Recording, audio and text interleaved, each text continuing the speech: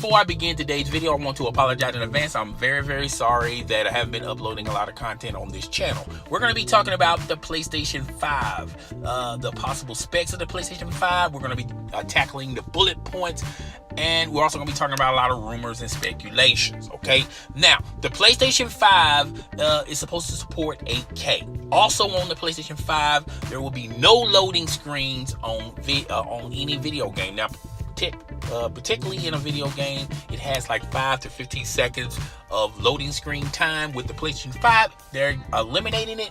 We're going to wait and see if Sony can achieve this accomplishment. It's also supposed to support VR support, all right? And it's supposed to have a bigger GPU, CPU inside the console. Now, I'm not going to go into full details of what's going to be inside of the box. When you're talking about GPU, CPU, 8K, things of that nature, all the mechanisms that go into the console, I'm not going to be talking about it, because from here on out, this is also a possibility, and it's also going to be a speculation, an educated guess that a lot of people, a lot of content providers in the YouTube gaming community are going to be doing this, but I'm not going to be doing it, okay? Let's talk about what we know that's factual. That's 8K. Now, I have nothing against 8K, all right? But I have seen this song and dance from the last generation when they talked about the possibility of games supporting 4K, okay? You had native, you had checkerboarding, things of that nature. A lot of trickeration with the 4K resolution. And the same argument I had of last year's generation is pretty much the same argument and questions that I have with this upcoming generation. Is I feel like 8K is going to be one of those, that type of technology that is going to be expensive, okay? Because 8K monitors and 8K televisions are going to be expensive for the average consumer, the traditional gamer, or the casual gamer, okay? Right now they're only focusing on the games, the lineup, and the console. I don't feel like a lot of people are applying a lot of thought in how much a 8K monitor or a 8K television set is going to run them, okay? They're just happy that it's going to support 8K resolution, all right? And like I said earlier, I feel like Microsoft as well as Sony, they're going to do a lot of trickeration to try to get it as native as possible, okay? So I feel like that's a technology that you can advertise in the 4th year of the console, not when it starts rolling out, okay? VR, I know there's a market out there for people that likes to play their games in VR, okay? But I feel like that's one of those types of services that is not traditional, and I don't feel like it has a lot of staying power, particularly of the first 3 years of a new console. Eventually, people are going to get tired of, and I feel like it's going to be a feature that they're going to advertise in the launch window of these consoles, but I don't feel like it has enough staying power or leg power to survive for the first 3 years of that particular console. Also, I forgot to mention this, the PlayStation 5 is going to support backwards compatibility. I feel like, once again, the same argument I had with people last generation, I'm going to apply it to this year generation. I feel like backwards compatibility, is a feature that I feel like there's a market for some gamers out there that might be intrigued by it. But generally, when people buy consoles, they want to play the newest games for that console, okay? And I just don't feel a huge market for backwards compatibility games, okay? It really doesn't matter if they're going to be playing the PlayStation 4 games, the PlayStation 3 games, the PlayStation 2 games. I know a lot of people are going to be saying, look at all these games we're going to be able to play once the PlayStation 5 comes out. And I'm just here to tell you guys, I just don't see there's a huge market, a huge clamoring for, hey, I'm gonna buy a PlayStation 5 just to play older games. I just don't feel that market exists. I feel like, there's a market there. I don't think it's a large market that is going to be very, that's going to have a lot of staying power or support. Okay, and AK VR backwards compatibility. I feel like these are features that could make this console, expensive in some aspects. Okay, but I feel like their features. I'm pretty sure people are going to try them out for a couple of weeks, maybe a month, and then they're going to drop it like a bad habit. Okay, I feel like out of the three features I mentioned, I feel like 8K has a lot of staying power because eventually, when consumers are able to afford 8K monitor or 8K television, which will be the fourth or fifth year of that generation, when it's affordable, I think people are going to utilize it. And two, I just don't feel like a lot of game studios, game publishers are pushing for this. I don't feel like a lot of game studios are going to have this in mind when they create their games and make it native 8K. Okay, it's an aspect that they haven't applied to the console yet, and it's going to take them a lot of test runs to achieve that. Okay, now the loading screens, no loading screens. Okay, like I said, traditionally, like last generation, they're like 5 to 15 seconds long before you go into the game. This generation, they're gonna try to eliminate the loading screen. Excuse me. And even though I feel like if they're able to do that, that's very treating, and I feel like a lot of people are going to. I feel like a lot of people are gonna go ooh wah, ooh ah, and all that. But at the same time, I feel like it's going to be something that's going to be unnoticeable. I don't think a lot of people are going to be talking about it. And, they're just going to be playing the games like they normally play their games. Okay. I'm not talking bad about these features. I'm just saying, I feel like when it's all said and done, when people were talking about this last week, it was really, there's really not a lot of substance in the subject matter that they were talking about. Okay, now, will it have a Jaguar chip?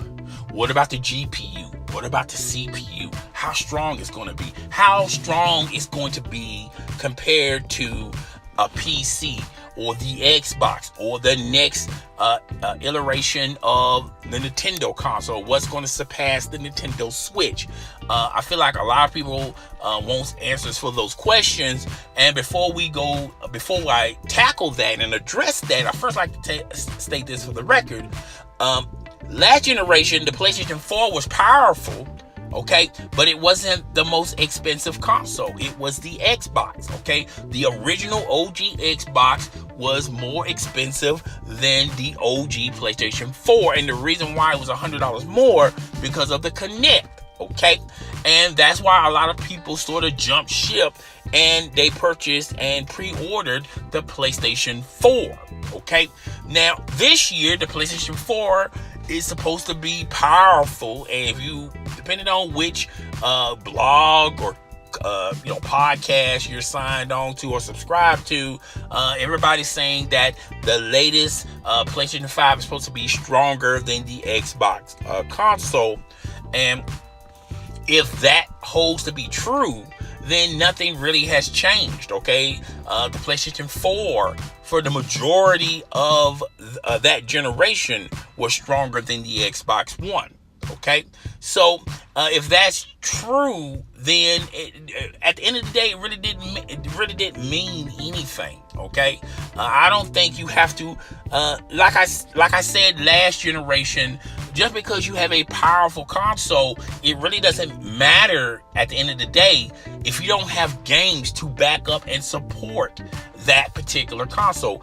People buy consoles for the games, not how fast it processes or how strong it is or how many bells and whistles the console has. At the end of the day, it's the games, okay? The games sell the console. The console doesn't sell the game, okay?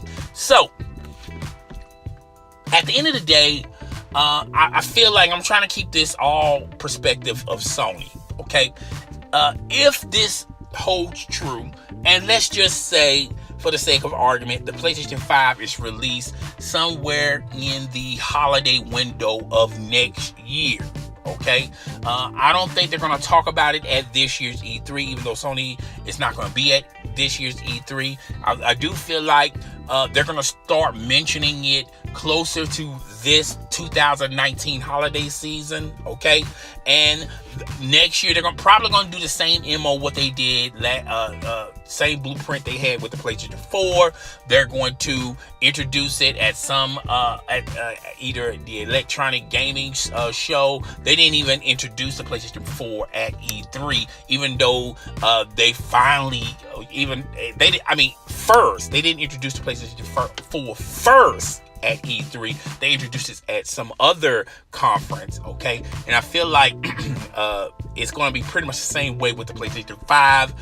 We'll start hearing about it in this year holiday, and then next year, 2020, whatever conference comes first, you'll start seeing the console itself, or they may show the console at E3, even though they have already gave us a date, and they showed a handful of games that the PlayStation 5 is going to be running. I feel like Sony is going to stick to the same blueprint, the same MO, and they're going to sell a ton of these consoles, okay? Of one of three things. One, why change your success? Why change the blueprint? Stick to what made you good, and that's what Sony is going to do with the PlayStation 5. Two, I don't see a lot of competition. I don't see a lot when you talk about consoles. Okay, Nintendo is not in the market to make. Nintendo is not in the business to compete with Sony. Microsoft has pretty much waved the white flag, and they're out of the console business. I have heard other businesses like Google is talking about the possibility of coming out with a console. I have heard these other weird rumors, I'm going to say it's a rumor, that Sega may be interested in coming with a console, okay? So I've been hearing a lot of corporations, Amazon, okay? I have heard all these people talking about the possibility of coming out with a console, but let's just stick with what we know. Nintendo, they're not competing with Sony, all right? And they never have competed with Microsoft or Sony, all right? And Microsoft pretty much is out of the console business. They're trying to sell services, not consoles, okay?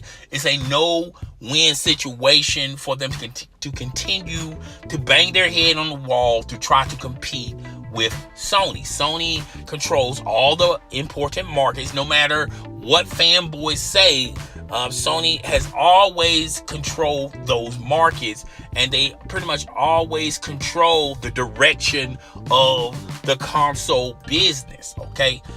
So, it is what it is. Not to throw any salt at Microsoft. I'm just telling y'all that's Microsoft perspective. They're thinking of services. Sony is thinking of consoles. They're going to set records with the PlayStation 5. A lot of people are going to try to get their hands on the PlayStation 5. It does not surprise me if they run out of stock of the PlayStation 5. It's going to be difficult to pre-order a PlayStation 5. Okay, so so when you listen to these specs, a lot of the stuff sounds very good. Even though Sony has confirmed most of it, the stuff I can talk about that they confirmed, like what we mentioned earlier in the video, are okay features. But at the end of the day, like I said earlier, what sells a console is the game. I want to see the gaming lineup for the PlayStation 5, okay? And I think Sony is going to have one hell of a gaming lineup that's going to be launching alongside with the PlayStation 5. And it's, you know, it's bombs away on whatever little competition that they have. Okay, so guys, tell me what you think. Rate, comment, subscribe. I will be back with another video. Okay, peace.